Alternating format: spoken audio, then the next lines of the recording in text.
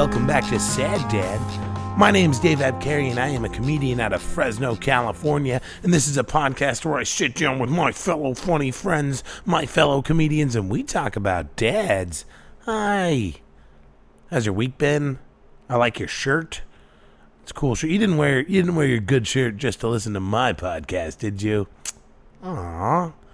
That's why my listeners are the best listeners. They care. They put in the effort to look nice while they listen to this podcast. We're silly today. How's your week been? You been doing anything cool? I did some cool stuff this week. I think last time I talked to you guys, I was about to leave to Santa Cruz to go do a show there, and I did that. That happened, and it was fun. It was a really good time. I really like that scene. Everybody out there's really, they're really nice, really fun. It was super rainy, and we stayed at a hotel right on the boardwalk, like the Santa Cruz Beach Boardwalk, in the warm California sun. Except it was not. There was no warm California sun. It was super rainy. It was raining like crazy. But they have this really cool. Indoor mini golf course there, and got to play some mini golf with my friend Dana, who's my guest today, Dana Turner. She's so cool.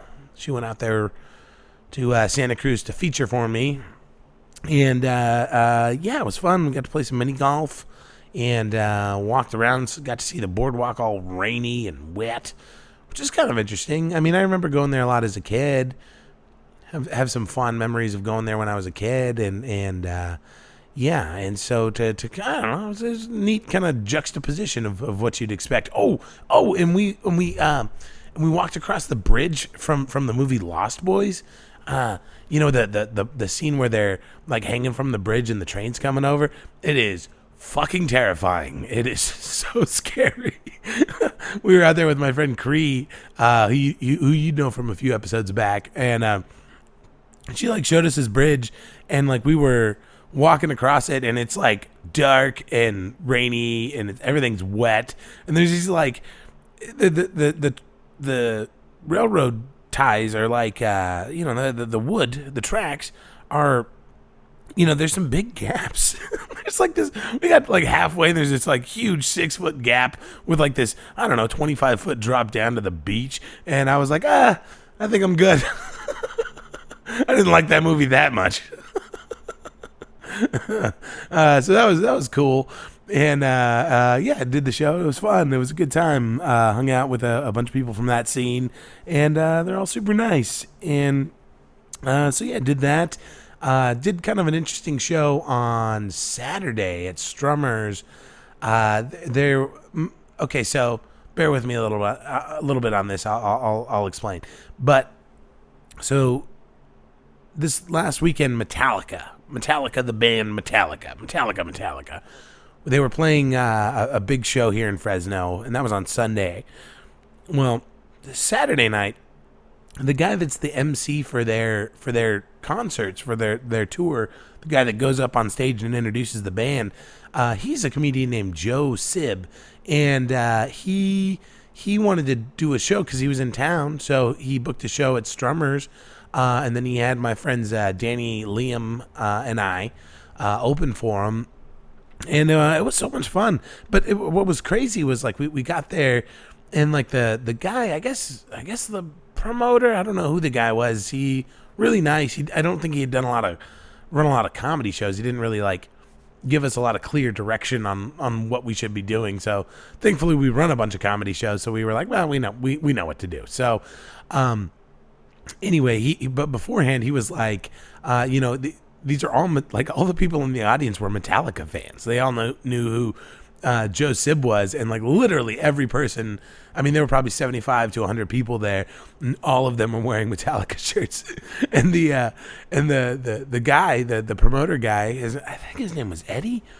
He's like, well, if you have any metal material, any heavy metal jokes, that'll play well to this audience. And I'm like, I have no heavy metal material. But went up and did my set, and it was went over well. They were a great audience, and we had a ton of fun. But yeah, and then after that, Jim Brewer was in town too. He's also part of that Metallica thing, and he was doing a show at a place called Fulton 55, which I will be performing at on December 20th, if you want to come out. And so then we jammed over there, and then got to see the last part of Jim Brewer's set. So that was really cool. I love Jim Brewer. And so yeah, that was great. And then we did our regular shows. I was in LA on Monday. I was doing Kyle Clark's podcast, This Is Rad, which was really cool. Did an episode on fatherhood. Talked about why fatherhood is rad. So that was a lot of fun. Got to hang out with Kyle and his co-host Matt, and so that was a lot of fun. And then came back on Tuesday, did a show with our regular Tuesday show. We had a guy named Chris Flail headline that show, and he's out of the Bakersfield scene, and Chris is so fucking funny, man. Holy shit. He was like, I hadn't seen Chris in a while, and he was really funny last time I saw him, but it's been like a year since Chris and I have performed together, and man, he is just next level right now. He's a goddamn pro. And he just burned the place down last night. We did a show with another funny guy named Stephen Briggs on Sunday and Monday, and he was really funny too. I hadn't worked with Stephen before. And so yeah, I've had kind of a fun week. It hasn't all been fun though. It hasn't all been fun. I was getting ready to record this podcast with Dana that you're about to hear, and I keep all my podcasting equipment in my spare bedroom. And I walked into my spare bedroom, and literally right before we sat down. You can actually, I think we talk about it on this episode, but like I look in the corner of my spare bedroom, and it is just soaked with water. There's just water seeping into the carpet, and I'm like, oh no. And my hot water heater is right on the other side of that bedroom, and it turns out my hot water heater had like sprung a leak. So I spent Sunday afternoon fixing that. And then I've been running some fans on it to like dry it out. My dad has these big like industrial shop fans, and so I brought one of those inside. You might even be able to hear it. It's running right now. It's been running for the last 3 days. I'm really trying to make sure it's good and dried out. I don't want any mold. Can you guys hear that fan? Yeah, I think you can hear it. Yeah, so anyway. So yeah, it hasn't all been fun. Been doing a lot of stuff like that. A lot of silly stuff. I had to dig up. I was telling you last week I had to dig up my parents' septic system for them. That was not fun, but my dad got that all fixed up. So yeah, that's me. That's been my week. I know I've told you guys about my daughter like having to do. What's she not having to do? She decided to do the talent show. Her mom signed her up for this church talent show, and we were writing jokes this weekend so she can perform at that. Her and I, Abigail and I, and we wrote a really funny joke together. I posted it on my Instagram stories. If you're following me on Instagram, you may have seen it, but it's so funny. Like I was like, I think I need this for my act. So I've been telling her a joke like, that's the kind of piece of shit dad I am. In fairness, I do give her credit, and I do. When I perform the joke, I tell the audience to picture me as an 8-year-old little girl. But we came up with this joke together. I'll just perform it for you guys now. So what's the deal with this Santa Claus guy anyway? He does nothing most of the year, takes credit for other people's work, and makes long lists of people he doesn't like. Who is this guy? My dad?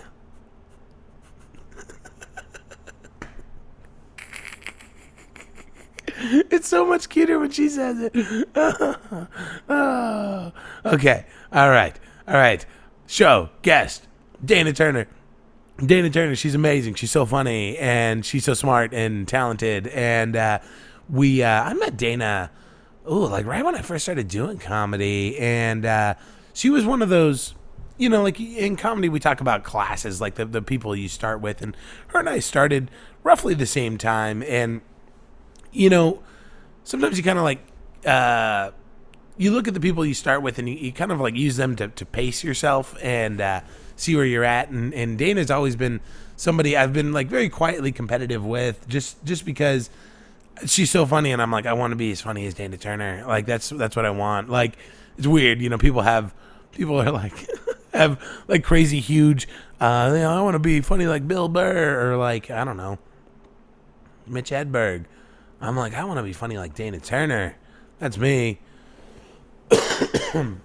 And so yeah, and I was really excited to finally sit down and do this Sad Dad with Dana. We talked a lot because we took that road trip to Santa Cruz, and we talked a lot in this last week. And I hadn't really had an extended conversation with Dana where it was just her and I, for a couple of hours on end, and it was great. I knew her. I felt like I knew her well, and we were close before, but really. That road trip was a lot of fun, really, really bonded and connected. And then a couple days later, we sat down and did this Sad Dad together. So I'm real excited for you guys to listen to this. So without further ado, I've been rambling now for way too long. Ladies and gentlemen, Dana Turner.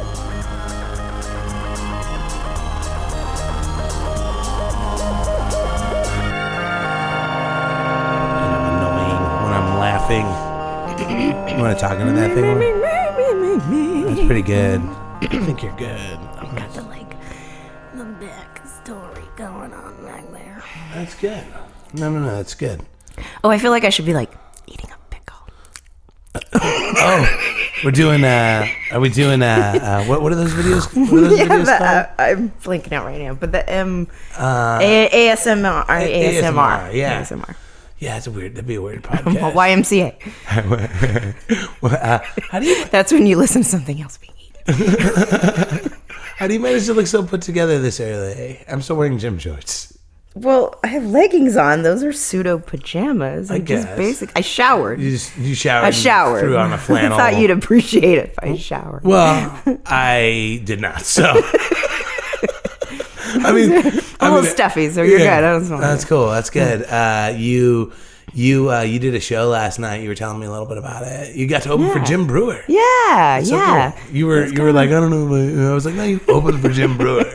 Like that's such a cool credit. Literally cold open. Yeah, cold open as the room was filling up. Yeah. It wasn't thunderous laughter. It was thunderous chair scootings. Actually, by the end the room was full, and it ended up well. Yeah. I mean, your set went okay. By the end? Yeah. I think I got a little short because I didn't know what was going on. Sure. Like I said, there was some couple little snafus, but and then I brought Ali O'Leary up. Oh, nice. Well, that's great. Yeah, we did this corporate event last night, and I was telling you a little bit about it. It's like corporate events are the worst, and but they pay really well. So it was this Christmas party for this granite construction company. I think that I was like, what do they do? They're like, Granite Construction. I'm like, okay, what's the company called? They're like, Granite Construction. Hot pocket. It's all in the a little on the nose, but that's cool. Whatever. And yeah, so Danny, they paid Danny to headline it, and Danny always takes me as his sacrificial lamb. I will say though, he had me do the same thing last year, and I always just died 1,000 deaths every time. But this year, I'm much funnier, and I actually had them all by the end of my set. But was it a solid set? It was. That's a granite joke. Hey, she's got jokes, folks. It was it was a solid granite set. That's what it was. It was a solid, marbled with jokes. It was. I'm trying to work countertop in there, but I just don't think it's gonna happen. No. That's funny. Good try. Oh man, we had so much fun in Santa Cruz together. Yeah, that was so fun. Yeah. It was even rainy day fun because that mini golf. That mini golf was spot on. Yeah. We played some mini golf at the boardwalk on a rainy day in Santa Cruz. Yeah, I gotta say that. That was cute. The pic I took. Oh, you gotta send you that. Yeah. You took a picture of me? Yeah, you don't remember. No. We didn't even drink yet. I know. What was I doing? You were kissing a mermaid. Oh, yeah. Blacklight kissing. That's right. I forgot. It turned out okay? Yeah, it was adorable. In fact, that's what I was into you. Oh, cool. Stupid me didn't use a flash, so it was perfect. Yeah, it's great. Oh, man, that's fun. Well, cool. Well, you're Dana Turner. Yes. is. Last I checked, it's still on my license. I mean, I've known you for a long time, and you were one of the first friends I made doing comedy. And I don't know. I think you started a little bit before me, right? Like a month. Oh, okay. Yeah, I think about a month. I think I want to say it was about August, a couple years ago. So that's great. Just a little over 2. Yeah, that's awesome. And I think you got me beat by, because I didn't start until like February. So okay. You got like 6 months on me. Oh, okay. That's pretty good. Well, look at you. Who's got the podcast? Well, any dummy can start a podcast, ain't I? But thank you. That's great. Now, you grew up here. I don't know how to start a podcast. You don't? You're smarter than me. It just takes a couple of... just Google it. I'll watch a video. I promise it's not hard. But yeah, sorry, I'm just adjusting this a little bit. I don't want to peak your vocals here. You grew up here in Fresno, though, right? Yeah. Mm-hmm. Yeah. The whole time except 6 months in Santa Barbara. My dad had a job over there so my first birthday was in Santa Barbara, but then we were back. Yeah. So. What was growing up in Fresno like for you? You know what? Big town, small town. Like I remember, I was just laughing with this, yesterday about somebody that in 3rd grade, I used to ride my bike to the mall. 3rd grade. My mom was just like, "Come back when the streetlights come on." Which one? The Manchester Fashion Fair. Nice. Fair. That was a good mall, at least. Yeah, we lived in a all right area. That's great. So, yeah. It's kind of a magical time to be going to the malls, because what is that, like early 90s? Is that? Oh, thank you, David. What? 3rd grade, that would have been about 1980. Oh, so well. thanks. I mean, so it was kind of like Fresno was big town. Yeah. For considering what was around us. Yeah. Pinedale was still a thing. Yeah, we hadn't Pinedale. even encompassed Pinedale. Yeah, yet. Pinedale is this town inside of a town in Fresno. It's a neighborhood. It's like a neighborhood. They have a school. They have a post office. But it's surrounded by Fresno. Like Fresno just engulfed it. And it's like still a town. Like it's still a town inside of a town. It's Yeah, wild. I don't know what their holdout is. Like I don't know. They're like tax breaks or I don't know. Maybe, Who knows? yeah. They have their own zip code. It's wild. Yeah. And so you're riding your bike. You're in 3rd grade. You're riding your bike to Fashion Fair. I didn't know Fashion Fair was open in the 80s. Oh, that was the shit. Was it? Yeah. Had the wine stocks. No kidding. Woolworth Cafe. Whoa. Well, yeah. There was a pet store inside the mall. Wow. Carl's Jr. inside the mall. It was the place to be seen wearing your Guess jeans. That's funny. Tell me more about this Carl's Jr. No. Oh, it was a totally open Carl's Jr. So we're really talking about this. All right. Yeah. It was totally open. You could walk by. That was the thing to be seen. The Western Bacon Cheeseburger just come out. So that was like. There was a thing to be seen in the mall, Carl's Jr. eating, because you had bank to buy the Western Bacon Cheeseburger. That is so funny. Holy shit. With your feathered hair. Your feathered hair. Oh, yeah. That's wild. Or jelly shoes, yeah. That's amazing. The 80s were beautiful. What high school did you go to? McLean? Yeah, Highlanders. Highlanders. I loved it. We had Scottish dancers and bagpipes. That's great. Yeah. What part of Fresno is that? Is that Central Fresno? No, yeah, Central. Yeah. So that's at that time. I mean, that's kind of a rough part of town now, but at the time, was that a nice part of town? Lower middle class for sure. Sure. Yeah. Even then. Yeah.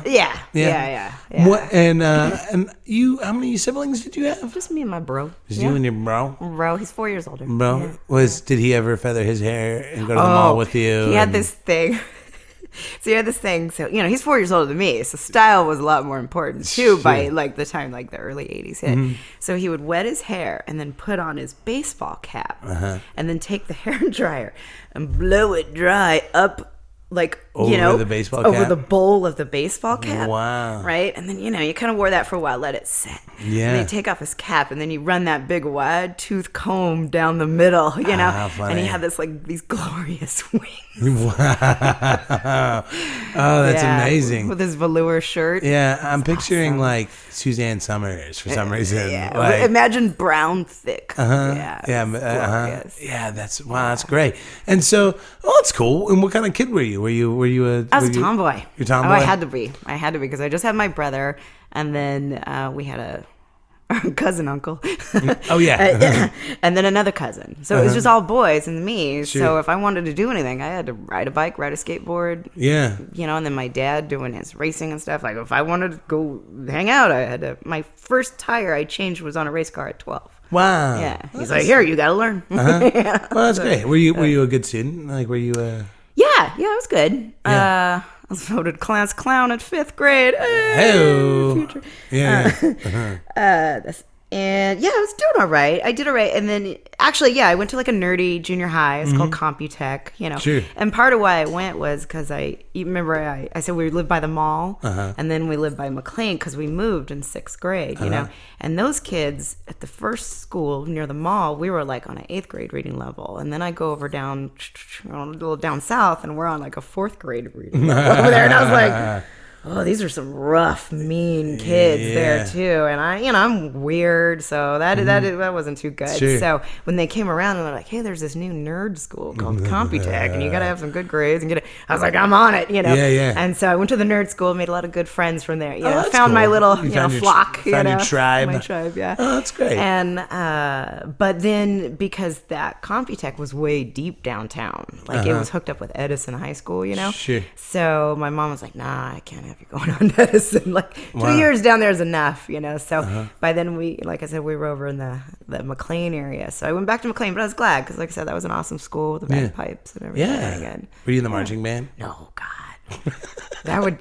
You know, I know I seem like I'm really extroverted, but I'm really not. No. You know, What were you doing? Like, what was your extracurriculars? Nothing. Really? Nothing. I wanted to do drama. Yeah. I did, but I was just like, no. I won't be good enough. I can't sing. I won't be good enough. You know. Wow. I'd say you seem like the type that would be a good singer. I can pretend I can sing. What did I say to you the other day? You seem like the When I would have a migraine. You seem like the type that would get migraines. And I was associated migraines with high-strung people. And you're like, no, they only happen to mellow people. I'm like, well, that's not really what I see in women's healthcare. You seem like the type of person that gets migraines. Ella. But no, I don't get it. Thankfully. I thankfully don't get them. Well, that's great. And I can't sing, no. So you didn't. So you just weren't doing anything. You were just doing nothing. I just you know. And you got School. And then I figured out like about 10th grade, because I was in all like these AP classes and everything, and you know, I just, like I said, had my little circle of friends, you know. Yeah. And I realized I get the same diploma if I get out of these classes and I don't have to try as hard. That's so funny. So I got out of those and just finished, you know. And when you, I mean, we can go as far into this as you're comfortable, and we don't have to talk about it. But did you? I mean, did you get married young? 23. Is that Okay, young? that's not crazy young. You weren't 20 or 18 or 20. No, or and it anything was like that. high school sweetheart situation. You know, my brother is married to his sister. Actually, that's how we met. They introduced us. Yeah. Wow. So it was kind of cool sharing the same in-laws for holidays. And Yeah. everything, you know, Yeah. And we were together for a few years. Then there was that, like, you know, because I was his first girlfriend ever, you know. So and I had a couple boyfriends who junior high. I guess that's what I was doing. That was my extracurricular activities. But so.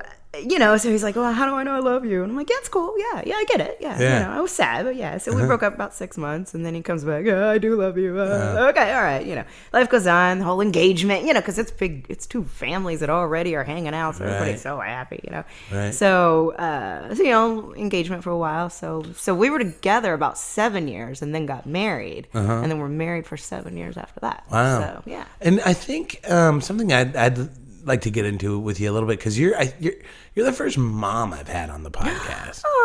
Yeah, I don't think I've had any moms. I mean, I was running through my Rolodex of previous guests, and I don't think I've had any moms. Wait, you're the first mom that kept them.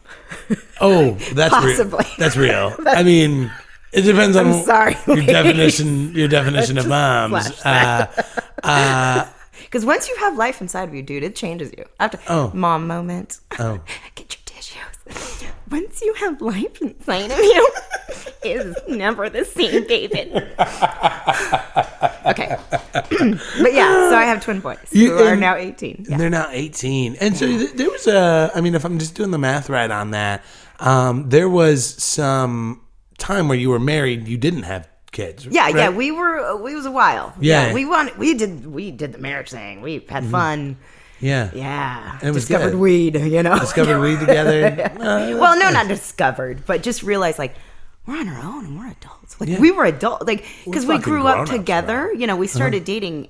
He was 14, I was 16. We started dating. Ooh. Yeah. So we kind of literally. I taught him how to drive. We literally like grew up together. So it was kind of like, whoa, we're on our own. Our first apartment. Yeah. Whoa, It's like we're on our own. No like parents are going to be barging in. So we were enjoying that for quite a while. Oh, Yeah, that's great. Yeah. I like that. And then you have twin boys. Mm-hmm. Awesome. What's being a mom like?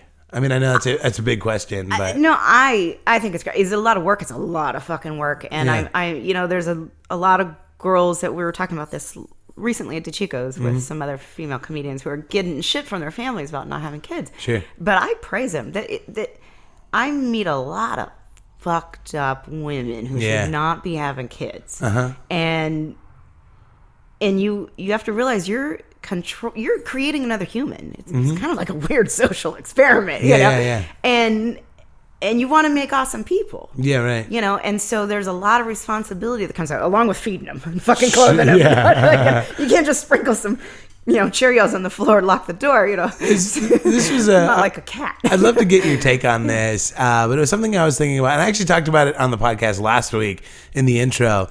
But I feel like I know these like amazing, strong women, and many of them don't want to be moms, which is fine. But I also feel at the same Smart if you know that's who you are. well, yeah.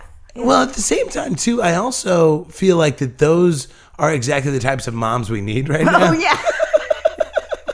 Because they can handle shit. Right, like I feel like we're left with the lowest common denominator for moms, and Oops, I got pregnant. Mom. yeah, exactly. And so I mean, to me, it's just more of a sad irony than it is anything. Especially, what we're facing politically. If we want to go that kind of way. Right. Yeah, I'm not trying. Yeah, no, we're not going there. I'm not trying to peer pressure any women who don't want children into having children, but I also acknowledge that it's like, man, you're exactly the type of mom the world needs. Like, but you could birth the resistance. Exactly. Right. 100%. So anyway. Yeah, it's a lot of work, but it's a lot of fun because you get to like relive your childhood stuff. Sure. Yeah. Legos and swings. And, decorating for Christmas and all of that stuff. Yeah, that's great. Do you, I guess I'll ask you this question. I mean, you talk a lot about it in your act, but normally at the end of the show, I ask for like a dadecdote.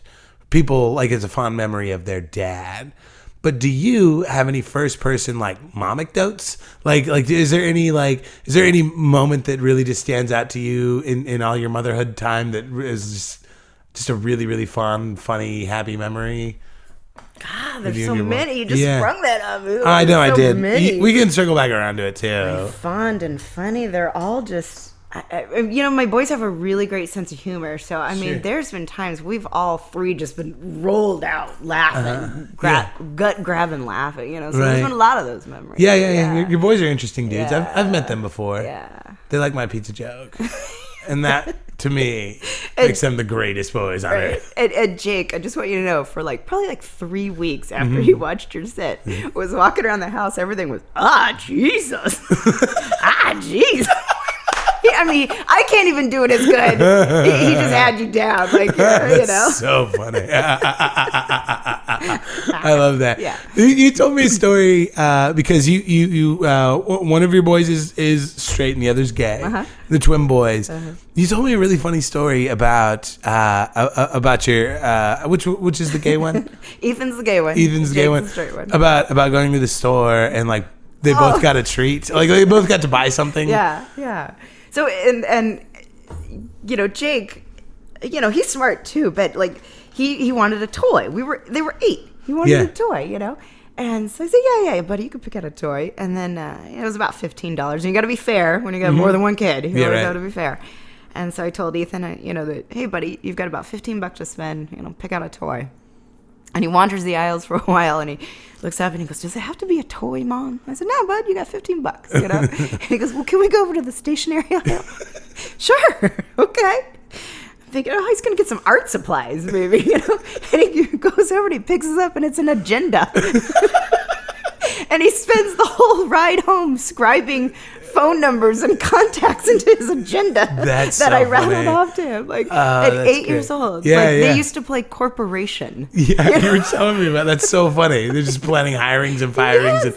And, They have employee manuals typed out.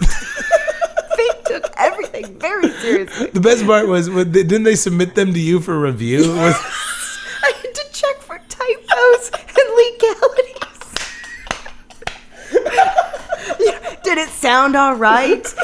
I'm telling you, there were PowerPoint presentations. I'm not lying. It's so funny. Yeah. And now they're both off to be engineers. Yeah. Yeah. And they still, I mean, they used to talk about, having this corporation together, Turner Industries, And then there was also the movie studio, Gemini Studios, Yeah. Studio Gemini. Sorry. Studio Gemini was the name of their movie. Twins. And they also were really obsessed with a pizza place? At like 5, they got this idea that wouldn't it be cool if we lived over a pizza place that we owned, right?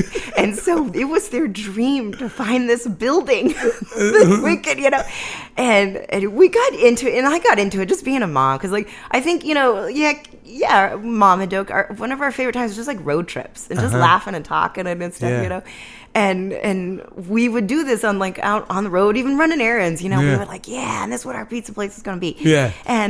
And so every time they got money, they were like, no, Mom, I can't go buy a toy or whatever.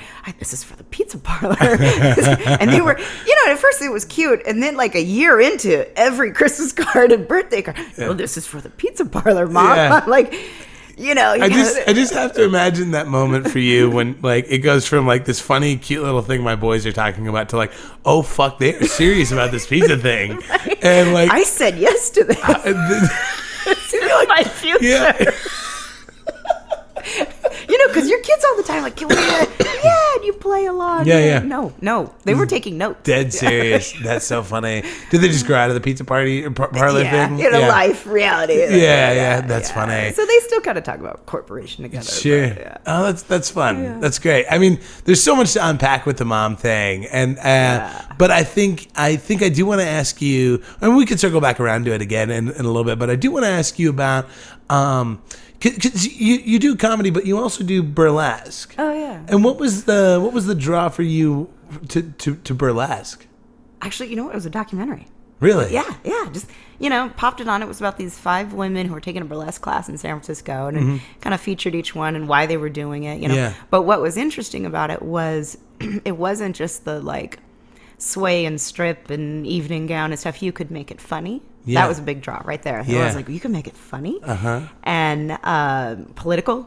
They call it neo-burlesque. So it's not that traditional 1950s what you think, And so, I don't know, it just kind of popped in my head a couple of times over the next like 3 weeks. And then I'm just like, I'm going to Google classes. Because at the time, I was dating somebody who had family in San Francisco. So we were going up there a lot. And I figured, well, if this documentary was in San Francisco, they probably got classes. So. But actually classes in Fresno came up. Wow. Yeah, and there was a Valley Burlesque Society. That's so cool. I emailed them, and what was funny is there was 5 women started up for the class, right? So the first night of class, there's 3 of us. All right. And they're like, well, the other 2 they'll be here next week. Yeah. Second night of class, there's 2 of us. Third night of class, this is a 6-week class. Third night, it's me. They said, well, guess what? You're doing a 1-woman show. This is your debut.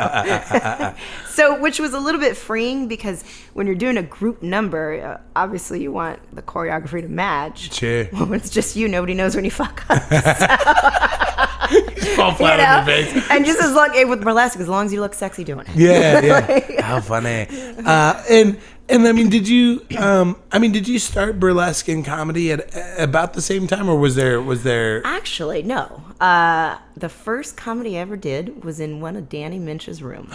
Yeah. Did you like an open mic or something? Or? I did. I knew somebody who was dating him briefly, and she said, "Hey, I'm dating this comedian, and he, and she's gonna do it, and I'm funny, so we should do it together. Let's, yeah.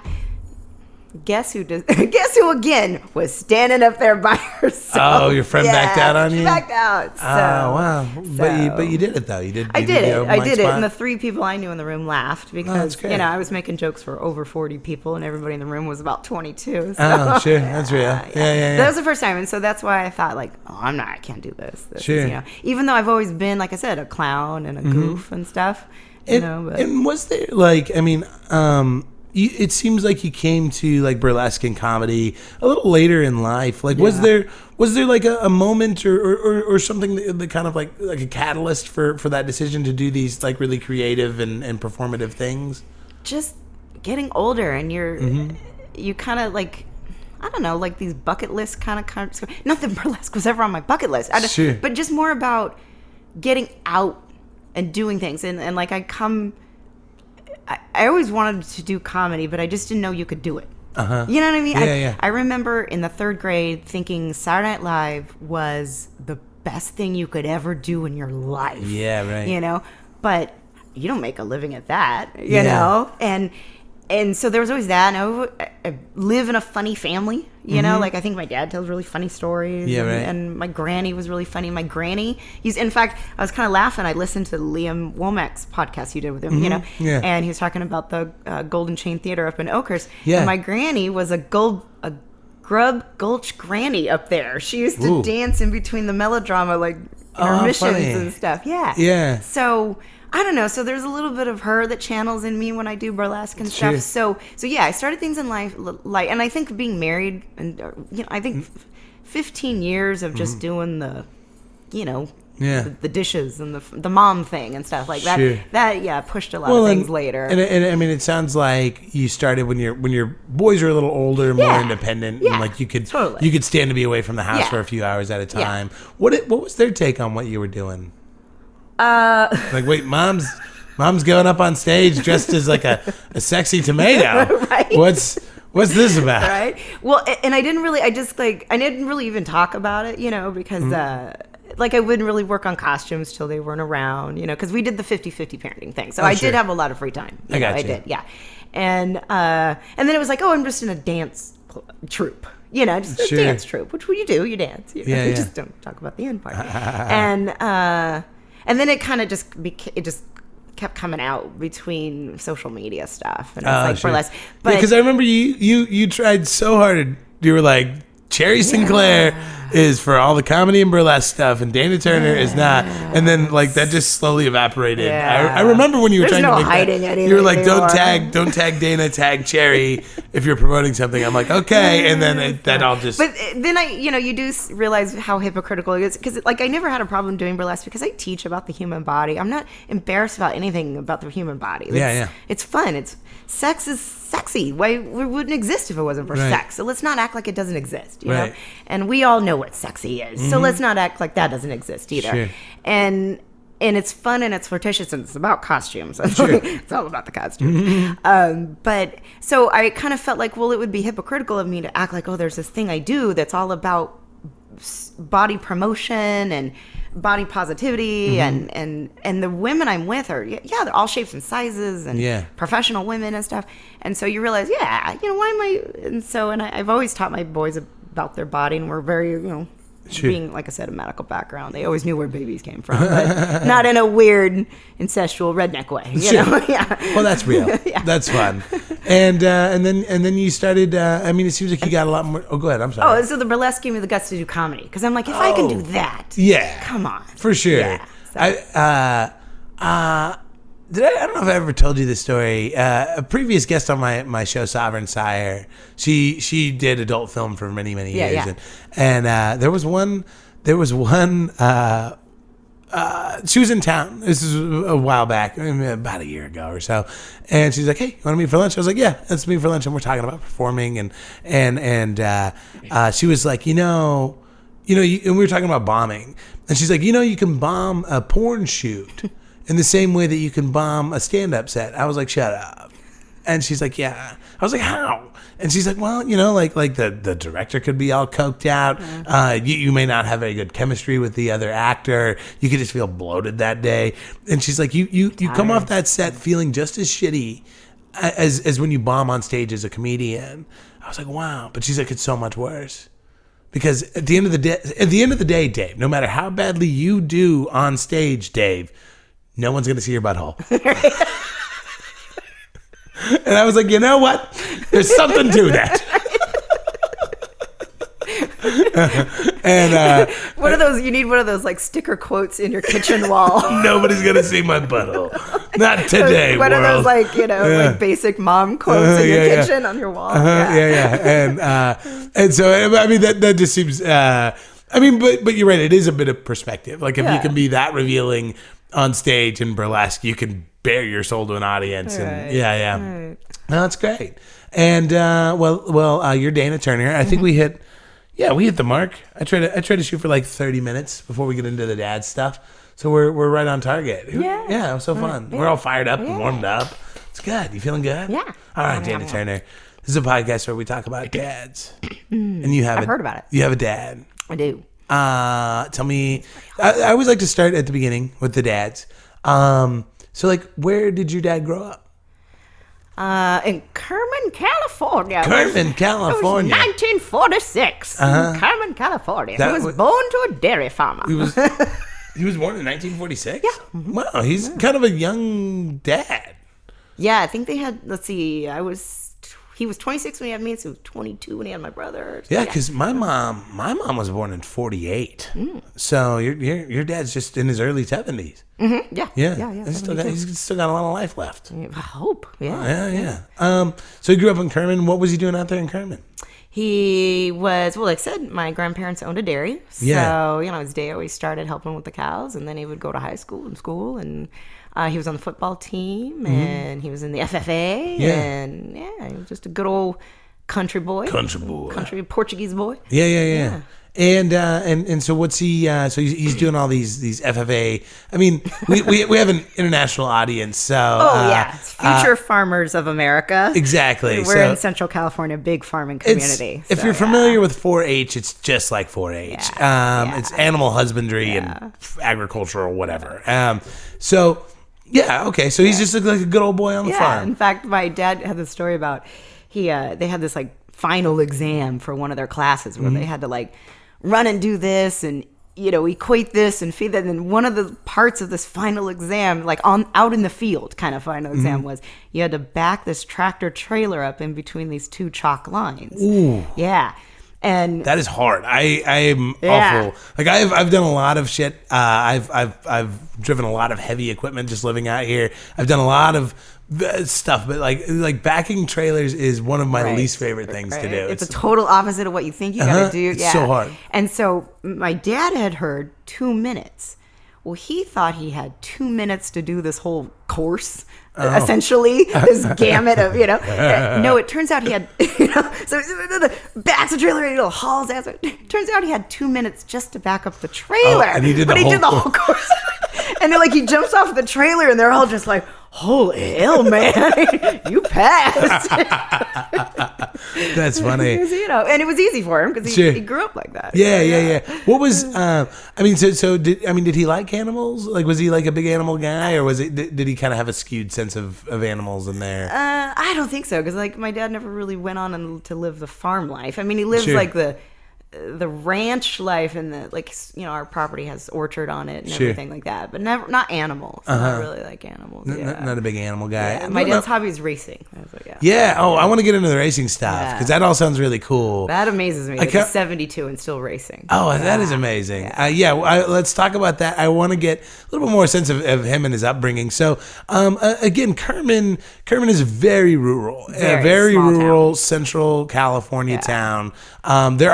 I feel like there are like a 1,000 little towns exactly like Kerman, which is kind of weird. Like you go to Dos Palos and it feels just like Kerman. It's just a stop sign town. Kind of one of those towns. Go to Reedley and it feels just like Kerman. So it's real small. Yeah, and so He's growing up out there. He's going to high school. Was he a jock? Was he like? Well, yeah, he was captain of the football team. So yeah.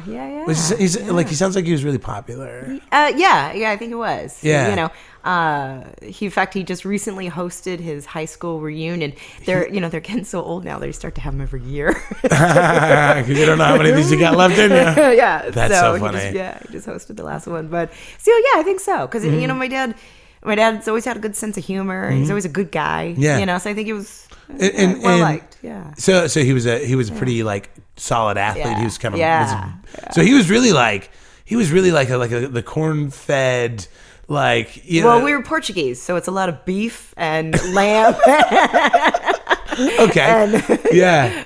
But I mean, there was just the broad-shouldered farm guy. Yeah. He's not that tall, but okay. yeah. You know, I think that's kind of why he did well, because he was low to the ground, sure. kind of thing. Yeah. And then he had my mom talked about, you know, after they met and they started dating, how they met. I love how they're met. And but she talked about how, like, my dad would go to her because my mom went to Fresno High, and so my dad would have to drive into town to come see her. Into town is about a 20-minute drive if we're talking Kerman to Fresno, so they always called it going into town. That's what I still say that, and people are like, "What the fuck are you talking about?" I'm like, "I'm gonna be going into town later." They're like, "What?" And that's such a weird turn of phrase that I do not think about. Like, it's because we know what you mean. Yeah. So my mom said, you know, my dad would pull up in his his Ranchero. Oh, I had a Ranchero. Yeah. I drove a 74 Ford Ranchero in high school. That's so funny. I think his was 6. Well, he graduated in 63, so it had to be pre-63. Yeah. And she said he would, you know, lean his arm out the window and his, you know, Letterman jacket, and there's his tan, and my dad had, you know, black hair and brown eyes and this Portuguese, you know, like Latin lover looking kind of guy, you know. So. Yeah, it was all the best wrestlers at my school were Portuguese. Oh yeah, because they're so strong. Like they're just like. Yeah, like they're feisty people. They were like these stocky dudes that, like, if they got a hold of you, like, I mean, they may not be big dudes, but if they got a hold of you, you were gonna get wrecked, man. Like, you know, Portuguese people are like fishermen and farmers and stuff. We're feisty people. You gotta survive. That's so funny. Well, that's cool. And so you started to talk about how we met your mom. Their high school sweethearts. Okay, so I recently talked to my dad about this, and my dad's version was a little bit different than my mom's, but I think my mom's is way more adorable. So I'm gonna tell you my mom's version. So my mom's best friend was Carol, so she was like bestie, like she was Auntie Carol. Good old Carol. Yeah. And so my Aunt Carol knew my dad, I guess, like kind of through association kind of stuff, even though they went to different high schools. So, and my dad was also president of the car club. Ooh. You know, like I said, so he's a happening guy. Yeah. And anyways, so there was a car club dance.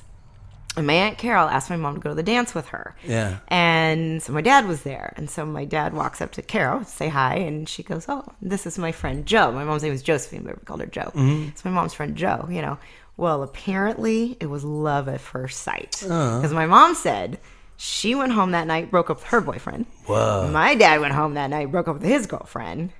The next day, my dad called Carol to get my mom's number, and then called her and asked her out. Wow. Yeah. But now my dad told the story. He didn't say he went home and broke up with his girlfriend. So either that's not true and my mom was making it up to make it sound more romantic or something, or my dad didn't want to, like, admit to being a piece of shit or something. Well, that's real. Yeah. So I didn't even call him on it. I didn't even ask about it. You know? That's so funny. And so at what point in all of that does the car racing come into play? Oh, it's always been there because my grandpa even raced, you know. Okay. Yeah, he raced midgets. He raced midgets? You should try to keep a saddle on him. It's really hard. I'm sorry, this is bad. But midget racing. Midget, I can say midget because we're referring to the cars. We're referring to the cars. Yeah, so they're like glorified go-karts, you know. Yeah, there used to be a track out in Kerman called Kearney Bowl, is what they called it. And it basically was like a dirt track with some hay bales around it. Oh, wow. Yeah, and my dad tells a story about my grandpa. They had leather helmets, right? Wow. Like, yeah, and my dad tells a story about my grandpa was like hauling ass around the track, and like boom, crashes into the hay bales, and there's this dust cloud, you know. And my dad said it looked like a scene from a movie because out from the center of the dust cloud comes walking my grandpa, you know, walking, holding the steering wheel. So my dad's always been around it, and then so my dad, like when I was a kid, my dad started driving stock cars, and now, and again, remind you, this was the early 80s. Yeah. Kenny Rogers had a movie that came out called Six Pack. Wow. And it was Kenny Rogers and a pack of 6, you know, feisty foster kids, Oh, and they funny. became his pit crew. We thought we were the shit. Oh, wow. We were living Kenny Rogers movie. God damn, that's so funny. So yeah, my dad started racing stock cars and stuff, and then he's done like modifieds, super modifieds. I don't care and keep up with all that. He did dwarf cars for a while. I mean, whatever torch your grandpa had lit, your dad picked right up and just ran with it. My dad's always been behind a wheel going fast. Was there ever any interest on your end to like pick that up? I love driving. Yeah. In fact, I have to set my car to warn me Yeah, at a certain speed. You're pretty aggressive. I mean, I say aggressive, but I don't mean it in a bad way. But like, yeah, you in were a fun, like zippy way. Yeah, in a fun, zippy way. Yeah. Because Did you die? I did not die. I did not die even one time. I feel like my driving area is a little much more on the side of defensive. I'm a very defensive zone defense kind of guy, but I think it's because I drove a delivery truck for many years, and I just had to watch. I went through hundreds of hours. And you watch everybody else drive when you're up that high. Yeah, absolutely. And so I think I mean, but you seem to be able to drive fast and safe. Yeah, I'm not an asshole driver. I won't cut you off, right. but I like to get where I'm going. I can't do the fast part. I'm like I set my cruise control between 65 and 70 at all times, and I just forget about it. Just check my mirrors. Yeah. I actually got to drive this most recent car that my dad does. I think it's a modified Sprint. I can't keep up, like I said, and I got to drive this right. In the Madera Speedway during their little just warm up heat laps and stuff. So I get all strapped in and I go, and I think I'm hauling ass. And it is really hard. Like it takes a lot of arm strength to hold that steering wheel. And so my son was recording because Jake goes with my dad and does the racing, obviously the street one. Oh, Jake's really into cars. Yeah. The gay one doesn't go with him. That would work out. Yeah. You've told me, we and I've had conversations about Jake and his car thing. But go ahead. Yeah. So Jake was filming me, and I come back and I watch myself later. It's like, I'm going like 35. I don't know. It feels so much more intense when you're behind those 600 horsepower. Yeah, how funny. Whatever horsepower, I don't even know. I just threw a number out there. I'm just killing it right now. That's so funny. Do you feel like Jake would ever want to? Oh, he already has. Oh, but I mean, he's got a helmet.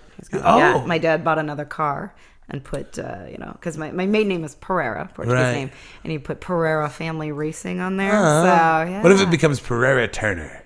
Like hyphen Turner. No, you think I don't want that name. He wouldn't want to sully. Name. I don't know. Yeah, you wouldn't want to sully the good Pereira name. You're right. My what's so cute is my boys are like technically only a quarter Portuguese, but they're so proud to be Portuguese. That's cool. They claim that. Because they're tall. Yeah, their dad's tall. So they're tall. I remember them walking in one of the shows. I was like, oh, you're Dana's boys, huh? They're literally a foot taller than me. That's so funny.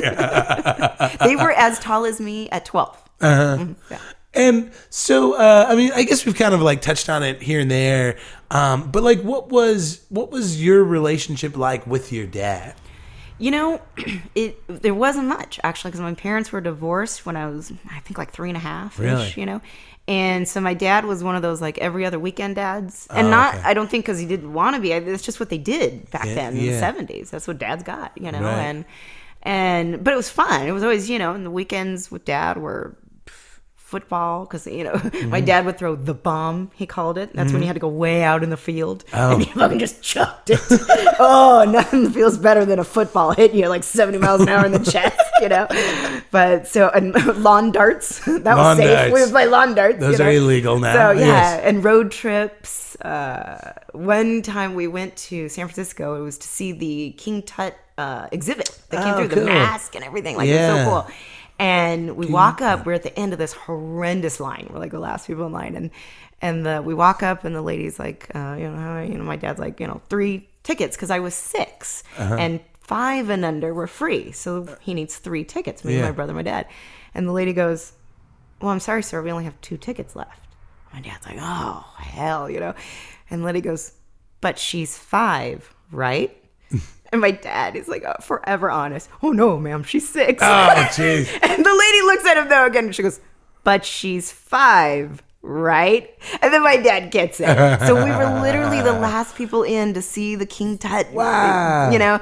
And when you're 6, you can't see shit. So I spent the whole time on my dad's shoulders. Yeah. So God bless him. Because, Like I was looking memory. at people's asses the whole time. Otherwise, until he put me on his shoulders. Yeah. So then, So it was a fun. Yeah, it sounds really dad. fun. I mean, do you feel like maybe sort of that, like that limited like access to him, maybe made him a better dad? You know what I mean? Like Because he wasn't burnt out. And there's that, and like you just never got to see enough of him to like really see the bad stuff. You know what I mean? Not that there was any bad stuff, me, but kind of too. I didn't feel like I got to know my dad till I was an adult, and I always felt like I wasn't like my dad, only because, those day-to-day nuances, like when you live with your mom all the time. Right, you see him all the time. Yeah, but now I think I'm way more like my dad than I'm actually like my mom. Now that I'm getting to know my dad, and his sense of humor, and his the way we're like calm and cool until all of a sudden we lose our shit. And the speed and all that's that wild. stuff. Well, that's great. And he and so he's retired now. Mm-hmm. What was he doing? What was his real job? Irrigation design. So he owned his own company and worked his way through the years. In fact, there's a funny story about when my dad was getting all into this and stuff. My parents lived in Hawaii for a few months. I think I was conceived there. Hula hula. And my dad was working for this kind of sketchy guy. Yeah. And he comes home. He can't cash his paycheck because the dude has no money in the bank, the guy that wrote his paycheck. Everybody knows how sketchy this guy is, right? So my dad's like shitting himself. He goes to another bank. They still won't cash it. So he doesn't know what to do because my mom is getting real unhappy living in Hawaii, not knowing anybody, Yeah. And my dad remembers that Sears will cash a paycheck. So he runs to Sears, cashes the paycheck, immediately goes and buys airplane tickets to come home. Because he comes home to my mother, who is packing her stuff, saying, I'm calling my mother, I'm going home. Like the holidays were coming, and my mom was seriously depressed, and I think she was actually like pregnant with me, that contributed to a little bit of stuff. Meanwhile, and she was like, I'm done with this. He's on the lam from Sears for a bounce check. But he had to get home. That was his saving grace, because his paycheck was bogus, essentially. Wild. The guy was real shady and stuff. And everybody thinks living in Hawaii would just be this magical dream. They lived on the beach, literally. Wow. But that means your walls are covered in lizards and cockroaches. And it's just, my mom said it was not what you thought it was going to be. That sucks. And there was this guy that always tried to invite him to dinner. And my mom's like, why don't we go? They were out for a drive one day, and my dad points to that guy's house, and he goes, oh, that's I think the guy's name was Sonny or something like that. And that's the guy that always wants us to go to dinner. And my mom's like, oh, why don't we go? My dad goes, because see those dogs? He goes, if we went to dinner, there'd be one less. Oh, right? I didn't know. Jeez. Yeah. He's fucking eating dogs. Wow, that's intense. That's so funny. You've already shared a lot of like really wonderful memories, and this is the part. Too much, is what you're saying. No. You're good. No, you're great. I just was wondering if you had one left in the clip, because this is the part where I ask for a Dadecdote. A good memory? Like it's just a really like killer dad memory. I made a list of. I was trying to think when you were talking about like. Oh yeah. Okay. All right. So my dad always had this story that he would tell all the time. I always thought it was so funny every time we even heard the story. And it was when my dad and his best buddy went camping one time, and they get all settled in on the beach in the campground, and they're eating chili dogs and having all this fun and stuff, and sitting by the campfire, and all of a sudden they realize that the water's right there. The tide had come in. They pulled the camper way out too far. Oh no. And they got to jump in the camper and throw everything together and like haul ass out of there, right? Yeah. And then by the time they get up to like, where it's safe to park, there's fucking like chili everywhere all over because they just jumped in and took off and stuff, right? And my dad would tell the story all the time, and as kids, we just thought that was so hilarious. We'd picture this chili all over this camper and everything. And when years later, my mom ended up with leukemia and stuff, and so we're laughing about smoking weed for chemo and all this stuff, and so my mom tells me, I don't know if it was like this confession because it's the end of her life. She goes, that story that your dad always tells about the camper and the chili everywhere and everything? She goes, yeah. She goes, well, the reason why your dad never noticed the tide came in is because he was high. And it was like, that totally changed everything for me. I was like, that story. Dad's just stoned in the woods. That's so funny. Like, bro, the tide's coming in. That was the first time I found out my dad used to be a stoner. Oh, that's fun. That's hilarious. I'm remiss to ask you this. I've already heard so many funny things about her, but your stepmom sounds insane. Your stepmom sounds insane, like this crazy eccentric rich lady, and like the picture you painted of her is so funny to me. And do you we don't have to talk about her, but she sounds like this crazy eccentric like Howard Hughes-esque rich lady to me. Martha Stewart, we call her Martha Stewart because her house is so gorgeous, so beautiful. Yeah. But yeah, she cooks, and she's a little Portuguese lady too. She's a little feisty Portuguese lady in it too. So, but yeah, it's crazy. Do you feel like she like balances out your dad in a meaningful way? Or do you feel like they're just two Portuguese people going at each other? Yeah, no, they have a lot of fun together. They do. They have a lot of fun together. They got these little like just little funny quips between each other. And she like cares for him. She's always watching what he's eating and stuff. What was the thing you said about her that their house?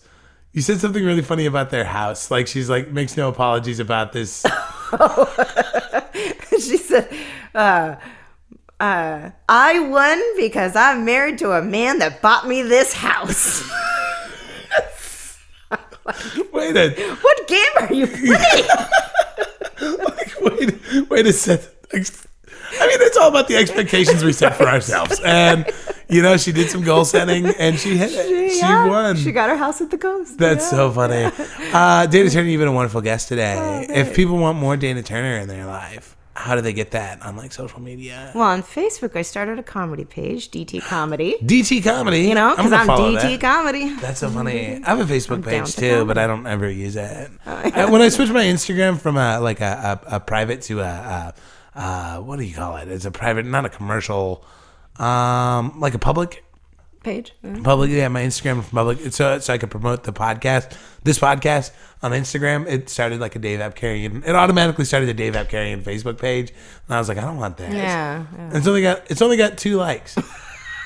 It's like my mom and some like Nigerian prince, and so I don't know.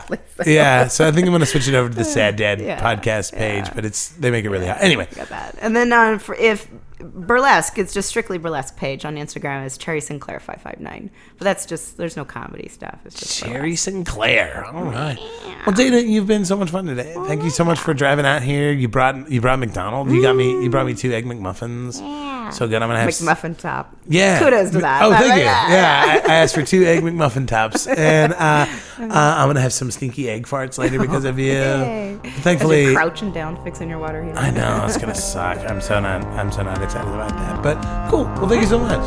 Thank you. Mm-hmm.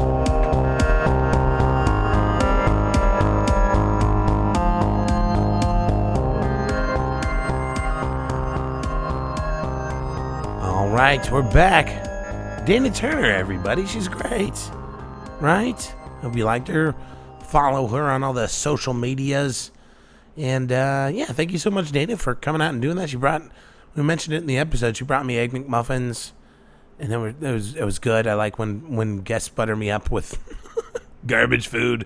She didn't have to stick around for my stinky egg farts, though. Thank goodness. And, God,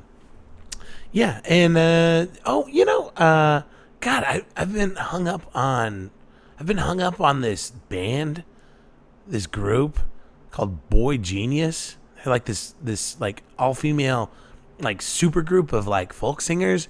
They're so good, guys. Listen to Boy Genius.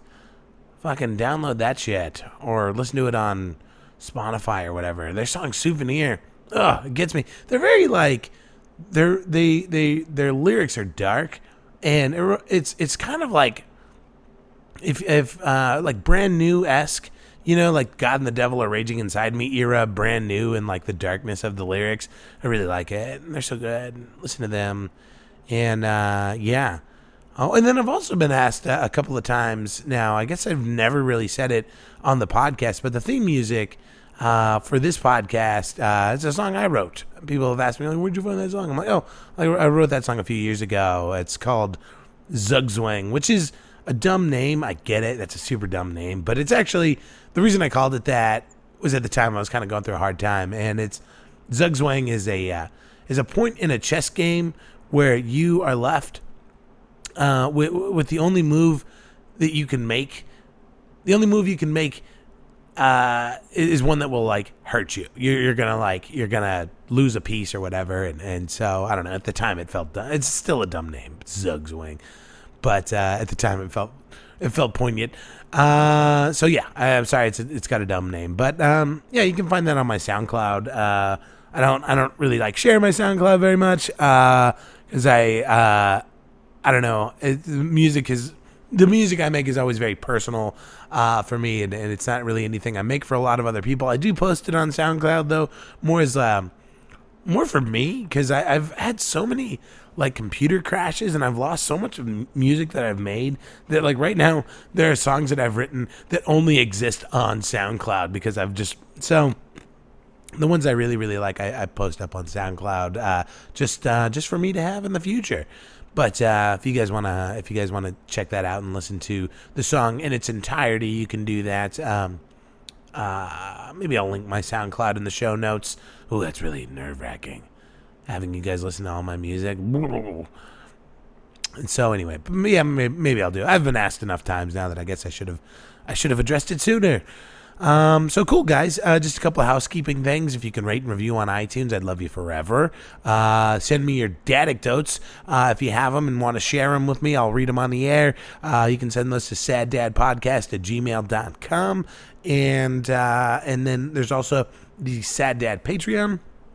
You can support the show financially, help me with some of the hosting fees if you'd like with that. And then I think, follow me on all the things at Dave Apkarian.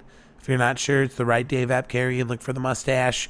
And I think that's it. I'm trying to run through my Rolodex of things. I had notes, and I didn't bring them over here with me.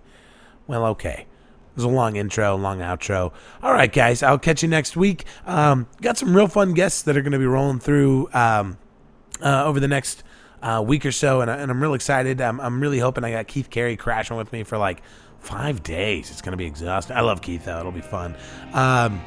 Maybe I'll do a Sad Dad with Keith. And I will catch you guys next week. Adios.